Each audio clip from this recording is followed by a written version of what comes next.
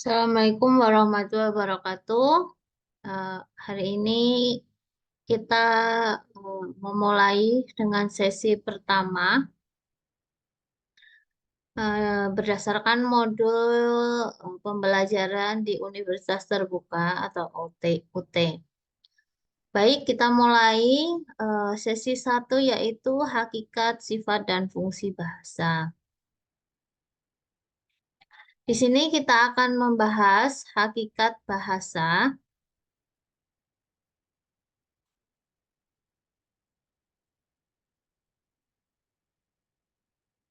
Hakikat bahasa merupakan bahasa yang berkaitan dengan bunyi ajar, lisan yang berwujud lambang.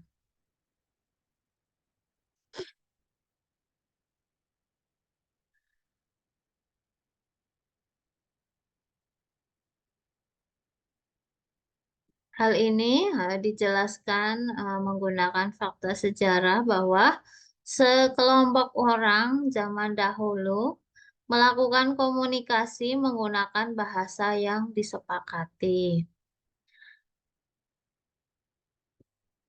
Bahasa tersebut disampaikan secara lisan, namun kemudian diubah menjadi tulisan menggunakan lambang-lambang tertentu dengan tujuan apabila ucapan secara lisan itu dapat disebarluaskan kepada orang lain agar tidak sering mengulang-ulang, ya. Kemudian dibuatlah secara tulisan.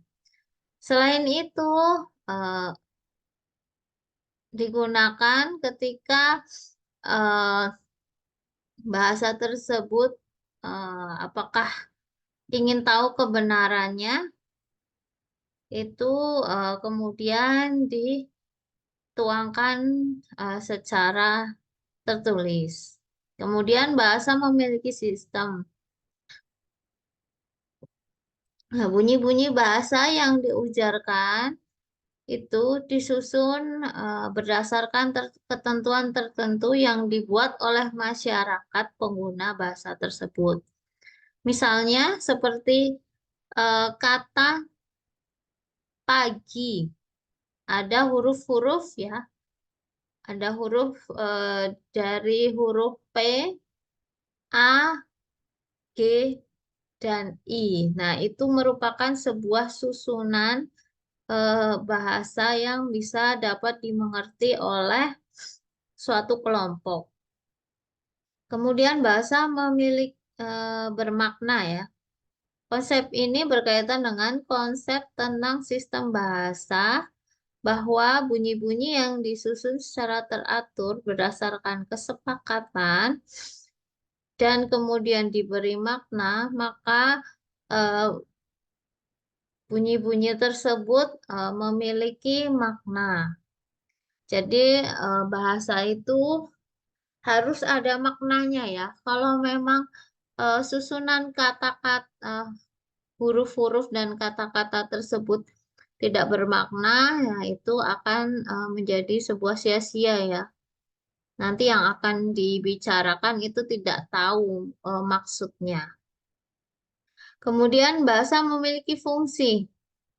Nah, di sini banyak banyak ini ya, banyak macamnya ya untuk fungsi bahasa. Ada yang bahasa ditujukan sebagai eh, nasihat, ada bahasa yang ditujukan sebagai perintah, ya ada bahasa yang ditujukan untuk menghibur dan segala macamnya. Namun bahasa pada intinya itu untuk sebagai alat komunikasi. Oke, kita lanjutkan. Di sini ada sifat bahasa. Ada beberapa sifat bahasa yang sudah ada di layar ya. Mari kita bahas satu-satu. Yang pertama, bahasa itu bersifat indah. Bahasa memiliki sifat estetika, ya. Contohnya kita bisa lihat di bahasa-bahasa puisi. Nah, dari permainan kata-katanya itu bisa terlihat indah namun memiliki makna. Kemudian ada bahasa manusiawi. Nah, bahasa yang bersifat manusiawi itu karena bahasa dimaknai sebagai aktivitas otak yang bermakna bahwa ujaran seseorang diproses di dalam otaknya. Nah, sehingga ketika kita tahu, misalnya anak bayi itu ya, mulai bisa mengucapkan vokal-vokal kata-kata, misalnya papa, mama. Nah, itu berkembang di dalam otak anak-anak, merekam, dan apa yang dia ucapkan itu memiliki arti dan makna. Nah, kemudian yang ketiga, bahasa itu produktif. Nah, kata produktif itu berarti menghasilkan ya.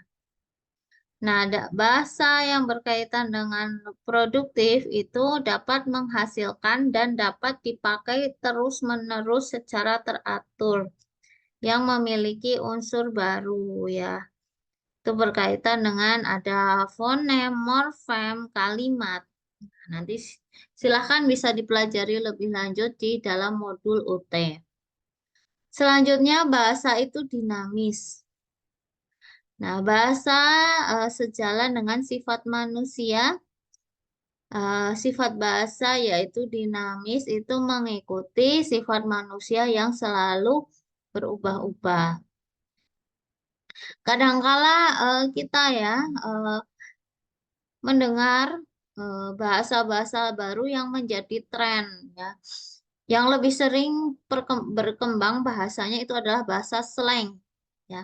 Contohnya banyak sekali bahasa slang yang muncul sesuai dengan eranya. Misalnya era 2000 milenial itu dulu banyak sekali bahasa slang. Contoh ada misalnya bahasa slow dalam arti pelan ya jadi Wallace. Terus ada lagi bahasa yang sedang tren ya yang mungkin dipakai-pakai oleh anak-anak Jakarta itu mencampurkan dengan bahasa Inggris. Nah, itu ya. Nah, itu sesuai dengan perkembangan manusia. Nah, kalau di untuk bahasa baku itu berkembang ya, itu sesuai dengan ejaan ya, ejaan yang ditetapkan oleh pemerintah, Badan Bahasa yaitu dari awal ada ejaan Vanopusen, kemudian ejaan Suwandi, ejaan Bahasa Indonesia yang disempurnakan EYD. Terus yang sekarang paling akhir Pedoman Umum Ejaan Bahasa Indonesia PUEB. Ya, itu ada di modul UT, silahkan dibaca. Oke, kemudian selanjutnya bahasa itu bersifat variatif. Bahasa itu memiliki eh, bahasa memang milik manusia sehingga dia mengikuti apa yang diinginkan manusia. Nah, ini berkaitan dengan dialek. Jadi seperti bahasa yang bisa kita tahu, contoh bahasa Jawa.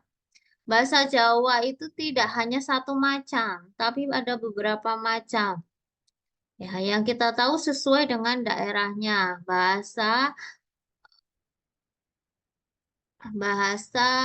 Jawa ada bahasa Jawa Ngapak, ada bahasa Jawa Semarangan, bahasa Jawa Jogja. Ya, itu memiliki ciri khas masing-masing. Ya, jadi seperti bahasa Indonesia itu eh, juga ada mungkin dialek-dialeknya. Seperti kita tahu orang Jakarta itu dialeknya Betawi ya, seperti itu ya. Terus kita dengar lagi orang Sunda mengucapkan bahasa Indonesia, itu masih kental dialek Sunda. Orang Jawa masih kental dengan dialek Jawa dan sebagainya. Oke, kemudian ada bahasa konvensional. Bahasa itu konvensional berkaitan dengan kesepakatan.